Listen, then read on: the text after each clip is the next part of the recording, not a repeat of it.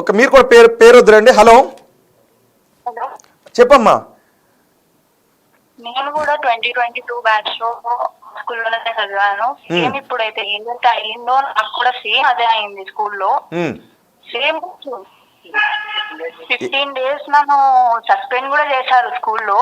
Okay. School topper కూడా నేనే అప్పుడు. టాపర్. యా. సో స్కూల్లో సేమ్ ఇది అయింది. మెంటల్లీ చాలా టార్చర్ చేస్తారు, చాలా హెరాస్ చేస్తారు పిల్లల్ని. అక్కడ చాలా ఇయర్స్ నుండి అక్కడే ఉన్నారు టీచర్స్, అక్కడే వర్క్ చేస్తున్నారు. సేమ్ టు సేమ్ టీచర్స్ వాళ్ళే. ప్రిన్సిపల్ చేంజ్ అయ్యారు అంతే. ఆ ప్రిన్సిపల్ వచ్చినప్పటి నుంచి, ఇప్పుడున్న ప్రిన్సిపలే, ఆవిడ వచ్చినప్పటి నుంచి స్కూల్లో ఇంకా ఇలాంటివి చాలా ఎక్కువ పెరిగిపోయినాయి కూడా. ఏం అంటే స్కూల్కి ఫోన్లు అలౌ చేస్తారమ్మా? ఆహా, లేదు, చేయరు. స్కూల్కి అయితే ఫోన్లు అలౌ చేయరు. అప్పుడు కోవిడ్ టైం ఉండే 2022లో. సో ట్రాన్స్పోర్ట్ ఇష్యూస్ వల్ల చేశారు. ఓకే, ఇప్పుడైతే అలౌ చేయట్లేదు. చేయట్లేదు. ఓకే, అంటే అప్పుడు మిమ్మల్ని ఏంటి ఏమి ఇబ్బందులు గురి చేశారు అవమానకరంగా? నిజానికి 10th అంటే చిన్న చిన్న పిల్లలు కదా, ఆ ఏజ్లో చెప్పే విధంగా చెప్పాలి తప్ప నలుగురిలోని అవమానించే విధంగా చెప్పకూడదు కదా. అవును, కానీ వాళ్ళు చేసేది ఏంటంటే అవమానించేలాగానే చేస్తారు స్కూల్లో. ఫస్ట్ నేను కూడా ఎగ్జామ్ రాస్తున్నప్పుడు 10th లోనే ఎగ్జామ్ రాస్తున్నప్పుడు కిందకి పిలిచారు. కిందకి పిలిచి మా పేరెంట్స్ ని పిలిచారు. ఏమైంది అంటే మీ అమ్మాయి ఫ్రెండ్స్ తో మాట్లాడుతుంది ఇలాగా, అది ఇది అని చెప్పారు. మా అమ్మ నన్ను నమ్మారు కాబట్టి నేను ఇప్పటికీ I'm alive today. To be honest, నేను కూడా నన్ను స్కూల్లో ఎంత బ్యాడ్ నేమ్ పెట్టారంటే స్కూల్లో నాకు, అసలు నువ్వు ఇంకా వేస్ట్, ఏం చేయను కూడా చేయలేవు, నువ్వు ఇంకా ఇంట్లోకే పనికొస్తావు అన్నట్టు మాట్లాడారు. ఎంత స్కూల్ టాపర్ అయినా కూడా వాళ్ళు లాస్ట్ మాట్లాడింది ఇలానే. చాలా అవమానం. 15 days ఇంకా అసలు స్కూల్ కి రానియలేదు నన్ను. మా పేరెంట్స్ ఎంతో ఏడ్చారు. ప్రిన్సిపల్ ముందే మా పేరెంట్స్ ఏడ్చారు. అపాలజీ లెటర్ రాయించుకున్నారు మా పేరెంట్స్ తోని. నా ఫోన్ తీసుకున్నారు. బేసికలీ నా ఫోన్ తీసుకొని నా ఫోన్ లో ఏమున్నాయి, ఎవరితో చాట్ చేస్తున్నా, ఎవరితో మాట్లాడుతున్నా, అన్ని ఫోటోస్ తీసుకున్నారు, వాళ్ళు స్క్రీన్ షాట్స్ తీసుకున్నారు. అక్కడ స్కూల్ టీచర్ నేమ్స్ చెప్పొచ్చా? వద్దులేండి, నేమ్స్ వద్దులే. ఒకవేళ మనం స్కూల్ దగ్గరికి వెళ్ళి అడుగుదాం, మీరు మాకు పర్సనల్గా మెసేజ్ చేయండి. ఓకే అండి. ఓకే, ఏమనిపించింది మీకు ఆ సమయంలో? నాకైతే మా పేరెంట్స్ ని కూడా తీసుకొచ్చి పేరెంట్స్ ని అట్లా మాట్లాడి, చాలా అబ్యూజివ్ లాంగ్వేజ్ లో మాట్లాడి అలా చేస్తే మా అమ్మ నాన్న నేను ఇంత బాధ పెట్టాను అనే ఒక ఫీలింగ్, ఒక ట్యాంక్ లో కలిపాను. అప్పుడు ఇంకా అసలు బతకాలనే హోప్ లేదు నాకు. స్కూల్లో ఇంత అవమానం చేశారు, స్కూల్ కి మళ్ళీ ఏ ముఖం పెట్టుకొని వెళ్ళాలి అనేది కూడా అర్థం కాలేదు. నేను ఏమో చేసుకుంటానేమో అని మా పేరెంట్స్ నా దగ్గరే కూర్చున్నారు ఇంకా 15 days కూడా. ఎగ్జామ్స్ రానియలేదు నన్ను. ఓకే, ఇప్పుడు ఈ అమ్మాయి విషయంలో కూడా అలాగే చేశారు. వీళ్ళిద్దరూ చాటింగ్ చేసుకున్నారు. ఓకే, పేరెంట్స్ అని పిలిచి మాట్లాడారు, చేయాల్సిందే, పేరెంట్స్ అని పిలిపించి బుద్ధి చెప్పాల్సిందే. కానీ అయిన తర్వాత తన తల్లికి తెలిసిందని రిజ్వాన్ బలవన్మరణానికి పాల్పడితే వాళ్ళ ఇంటికి వెళ్ళి లెటర్ రాయించుకుంటారా అని ఈ అమ్మాయిని పంపించారంట. తప్పు కదా అది? అవును, వాళ్ళ జూనియర్స్ చాలా మంచోళ్ళు కూడా. ఓకే. ఓ, మీకు తను తెలుసు? తెలుసు. నేను చదువుతున్నప్పుడు కొంచెం చిన్న ఏజ్ వాళ్ళది. ఇప్పుడు వీళ్ళిద్దరికి ఇలా జరిగిందంటే ఏమనిపిస్తుంది మీకు? చాలా బాధగా ఉంది నాకు కూడా. అంటే నేను కూడా ఆ సిచ్యువేషన్ లో నుంచే వచ్చాను కాబట్టి నాకు దేవుడి దయ వల్ల నేను బానే ఉన్నాను. కానీ వీళ్ళు నా జూనియర్స్ ఇలాగా అవ్వడం చాలా బాధగా ఉంది. ఇలా ఎవరికి అవ్వకూడదని కోరుకుంటున్నాను. అసలు అంతా అయ్యింది ప్రిన్సిపల్ వల్ల, కోఆర్డినేటర్ వల్ల. అంటే వీళ్ళ వల్లే, principal and coordinator of the school. అవును, ఈ అమ్మాయిని అవును ఇంకొకసారి చెప్తే తల్లిదండ్రులకే చెప్పాలి అంతే తప్ప వాళ్ళ ఇంటికి వెళ్ళి లెటర్ రాయించుకుంటారా అంటాం తప్పు కదా. అవును.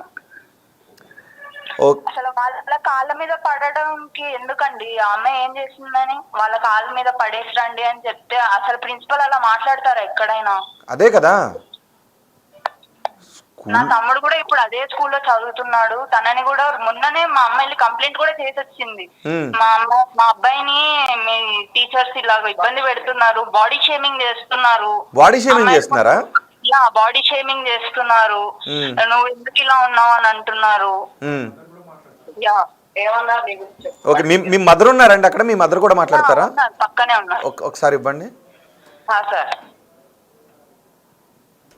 చెప్పండి సార్. చెప్పండి అమ్మా. ఇప్పుడు ఈ హన్సిక అండ్ రిజ్వాన్ విషయం బయటకు వచ్చిన తర్వాత మాకు కూడా ఇలాగే జరిగిందని మీ అమ్మాయి కాల్ చేశారు. మాకు 5 days నిద్ర లేదు సార్. ఎందుకంటే మా అమ్మాయి విషయంలో సేమ్ టు సేమ్ జరిగింది సార్ ఈ విషయం. అదొకటి. నిన్న కాక మొన్న నేను కంప్లైంట్కి వెళ్తే మా టీచర్లు చాలా మంచి వాళ్ళు, అలాంటి వాళ్ళు కాదని చెప్పి ప్రిన్సిపల్ కన్విన్స్ చేసి పంపించింది. అయినా రిక్వెస్ట్ గా అడిగాను టీచర్లు, నేను ఒకటే అడిగాను, కోఆర్డినేటర్ అనే ఆవిడని మీరు పెట్టారు, అది కరెక్టో కాదో తెలుసుకోండి అని అంటే, లేదు ఏ టీచర్ అయితే గట్టిగా స్ట్రాంగ్ గా ఉంటారో ఆ టీచర్లు అంటే పిల్లలు భయపడతారు కాబట్టి వాళ్ళనే పెడతామండి అని చెప్పి తీసేయమని చెప్పాను నేను. ఎందుకంటే వాళ్ళ లాంగ్వేజ్ మాట్లాడతారు పిల్లల దగ్గర, అంటే పిల్లల దగ్గర మాట్లాడేసి నేను వచ్చి కంప్లైంట్ చేసినప్పుడు నేను మాట్లాడలేదని అంటారు. మీ అబ్బాయి చదవట్లేదు, మీ అబ్బాయి అలర్ట్ చేస్తున్నాడు, ఇట్లా మాట్లాడటం వాళ్ళు. నేను ఒకటే సజెషన్ ఇచ్చాను, మీరు స్కూల్లో పెట్టారు సరే, మీరు ఆఫీస్ రూమ్ లో ఉంటారు, పిల్లల బ్యాక్ సైడ్ టీచర్లు ఏం మాట్లాడతానని మీకు తెలియదు మేడం. ఈ స్కూల్లో నాకు 15 years అనుభవం ఉంది. మా అక్కవాళ్ళ పిల్లల దగ్గర నుంచి ఇక్కడే చదువుతున్నారు అందరూ, అందుకే మా పిల్లల్ని కూడా ఉంచాను. మా అమ్మాయి చదివేసింది, మా పిల్లోడు ఇప్పుడు చదువుతున్నాడు. వాడిని అమ్మాయిల ముందు నుంచోబెట్టడం, వాడిని అమ్మాయిల ముందు నుంచోబెట్టి డూ యూ లైక్ అబ్బాయి అని అంటే, అబ్బాయిలు ఎందుకంటే లైక్ చేయాలి, ఏం మాటలు మాట్లాడతానని నేను అనలేదు.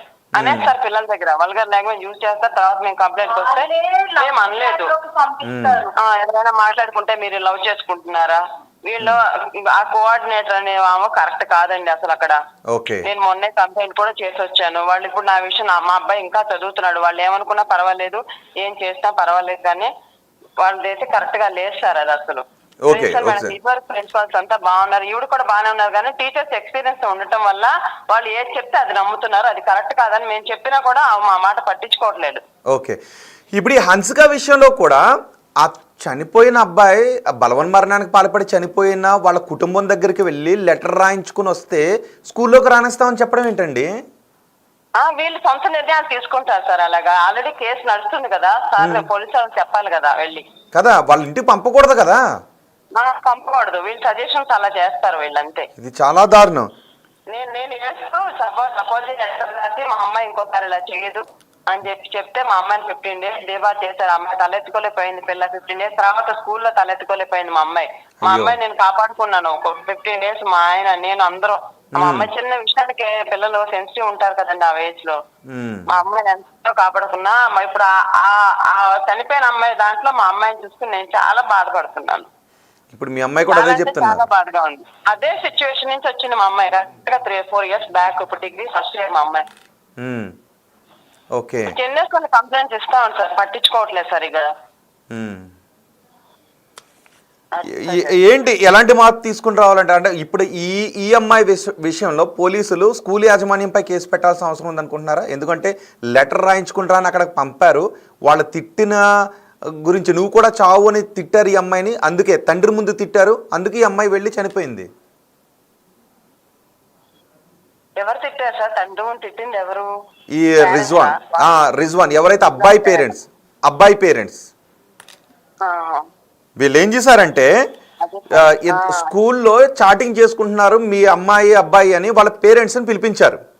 పేరెంట్స్ని పిలిపించిన తర్వాత తల్లి ముందే ఆ విషయం టీచర్స్ మాట్లాడటంతో ఈ అబ్బాయి వెళ్ళి బలవన్ మరణానికి పాల్పడ్డాడు. ఇప్పుడు ఏం చేశారంటే ఈ అబ్బాయి బలవన్ మరణానికి పాల్పడటానికి నువ్వే కదా కారణం, నువ్వు ఆ అబ్బాయి పేరెంట్స్ దగ్గరికి వెళ్ళి నిన్ను స్కూల్కి ఎలా చేస్తేనే మేము రానిస్తాం, అక్కడికి వెళ్ళి లెటర్ రాయించుకుంటారా అని ఈ అమ్మాయిని వెళ్ళమని పంపించారు. ఈ అమ్మాయి తండ్రిని తీసుకుని వాళ్ళ ఇంటికి వెళ్తే మా అబ్బాయి చనిపోయాడు కదా నువ్వు కూడా చావు అని వాళ్ళు ఈ అమ్మాయిని తిట్టారు. దీంతో తండ్రి ముందే తిట్టారు అని ఈ అమ్మాయి దూకి ప్రాణత్యాగానికి పాల్పడింది. అసలు స్కూల్ యాజమాన్యం వాళ్ళ ఇంటికి పంపించవచ్చు అంటారా? ఇలాగా పంపించకూడదు సార్, అది చాలా తప్పు. వీళ్ళు మధ్యలో మీడియేటింగ్ చేశారు, అదేదో చేద్దాం అనుకుని, కానీ వాళ్ళు అది ఎక్స్పెక్ట్ చేయలేదు అనుకుంటా. వాళ్ళు అదే తెలిసి తెలియని పొరపాట్లు చాలా చేస్తా ఉంటారు. ఈ పిల్లల్ని సపరేట్ గా వాళ్ళని కౌన్సిలింగ్ చెయ్యాలి, పేరెంట్స్ పిలిపించేసి ఆ పిల్లల్ని నిర్దోషులాగా కింద ఎలా నిలబెట్టాలి తెలుసా సార్? పిల్లల్ని వాళ్ళు ఏదో పెద్ద తప్పు చేసినట్టు వాళ్ళిద్దరిని ఫస్ట్ కిందకి దింపేస్తారు. వాళ్ళు ఏ సిచ్యువేషన్ లో ఉన్న ఎగ్జామ్ రాస్తున్నా కూడా ఎగ్జామ్ కూడా రాయనివ్వలేదు, కిందకి దింపేసి వాళ్ళు ఏదో నిర్దోషులాగా పక్కన నిలబెట్టేస్తారు సార్. నేను వచ్చే వరకు ఆ రోజు జరిగింది ఇది. నేను వచ్చే వరకు ఆ అబ్బాయి వాళ్ళ ఇంకొక పిల్లాడు ఉన్నాడు, ఆ అబ్బాయిని మా అమ్మాయిని ఇద్దరిని పక్క నిలబెట్టేస్తారు. వాళ్ళ పేరెంట్ వచ్చే సపరేట్ మాట్లాడి మా పేరెంట్ వచ్చిన మాట్లాడి 15 days డేబార్ చేస్తారు సార్ శుభ్రంగా 10th class లో. అప్పుడు కరోనా టైంలో మా అమ్మాయి రోజు ఏడుస్తానే కూర్చుంది. ఫ్రెండ్స్ అందరూ పరామర్శించాం. కొంతమంది మాట్లాడతారు, కొంతమంది వెనకాల బ్యాక్ సైడ్ చిన్నబుచ్చుకుంటారు కదా ఇలాంటి విషయాల్లో, అందరికీ తెలిసేలాగా చేసేలా చేస్తే చిన్నబుచ్చుకుంటారు కదా. ఇంకా వీళ్ళ దాంట్లో స్టార్టింగ్ ఇంకా డీబార్ కూడా చేయలేదు వీళ్ళని, ఇంకా స్టార్టింగ్ 4 మాటలకే. ఉమ్, మేము అలాంటిది చాలా విన్నాం. టీచర్స్ అందరూ వచ్చేసి ఏదో పెద్ద నిర్దోషులు, ఏదో పెద్ద తప్పు చేసేసినట్టు. చిన్న పిల్లలు సార్, వాళ్ళకి ఏం తెలుసు? చిన్న ఏమన్నా పొరపాట్లు చేసేసి అడ్డుకోవాలి. పేరెంట్స్ సపోర్ట్ ఉండాలి సార్ మెయిన్. అవునండి. నేను చాలా సపోర్ట్ ఉన్నా మా అమ్మాయికి. అమ్మాయి అవును. ఈ చిన్న చిన్న విషయాలు, భవిష్యత్తు చాలా ఉంది మీకు, ఉమ్. ఇలాంటి చాలా ముందు చదువుకోండి ఫస్ట్ అని చెప్పి ఇలా పిల్లలకి కౌన్సిలింగ్ మీరు అలా సపోర్ట్ చేయబట్టే అమ్మాయి ఈ రోజు కొంచెం మీరేదో తప్పు చేసేసారు, ఇంకా దేనికి పనికిరారు, మీరు ముందు ప్రిన్సిపల్ రూమ్ నుంచి కిందకి దిగండి, ప్రిన్సిపల్ రూమ్ దగ్గరకు రండి. కోఆర్డినేటర్ చేసేది, కోఆర్డినేటర్ గారు వెళ్ళి ఆఫీస్ రూమ్ లో చెప్తే ఆఫీస్ రూమ్ మేడం గారు పేరెంట్స్ కి ఫోన్ చేసి పిలిపిస్తారు. జరిగే మ్యాటర్ ఇది సార్ అక్కడ. రైట్ అండి. దీని గురించి స్కూల్ యాజమాన్యంపై డిఈఓలు, ఎంఈఓలు, విద్యాశాఖ చర్యలు తీసుకోవాలి. చూసారుగా ఇప్పుడు